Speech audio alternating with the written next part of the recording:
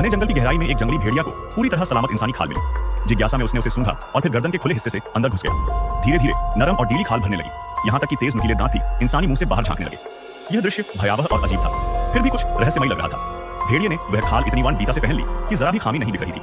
फिर वह जंगल से बाहर भागा, बिना जाने कि इंसानी दुनिया में कितने खतरे छिपे हुए हैं। पहली ही सड़क पर उसका सामना तेज रफ्तार कार से हुआ और वह बाल बाल बचा।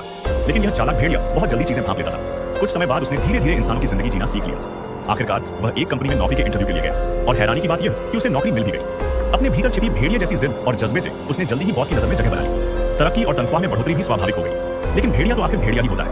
एक दिन जब उसने अपने घर के सामने हरी भरी लॉन देखी, उसके अंदर का जंगलीपन अचानक जाग उठा। वह खुद को रोक न सका और घास पर चारों हाथ पांव से रेंगने लगा। यह नजारा देखकर डिलीवरी बॉय के होश उड़ गए। अपनी गलती समझकर भेड़िया तुरंत खड़ा हो गया और डिलीवरी बॉय पर डांट फटकार लगाने लगा। दिन बीतते गए और भेड़िए की जिंदगी और भी आरामदायक होती गई, मगर स्वादिष्ट खाने से भरी मेज पर बैठकर भी उसे जरा भी भूख नहीं लगती थी। बाद में उसने एक अमीर और खूबसूरत औरत से शादी कर ली। जिंदगी शानदार दिखने लगी, लेकिन भीतर से वह खाली और बेचैन था। एक दिन जब उसने पत्नी की गोद में पाले गए कुत्ते को देखा, तब जाकर उसे समझ आया कि उसकी कमी क्या है। अगले ही दिन वह एक पालतू दुकान से बिल्ली खरीद लाया ताकि उसे गैराज में छुपकर खा सके। लेकिन जैसे ही वह काटने ही वाला था, गैराज का दरवाजा खुल गया।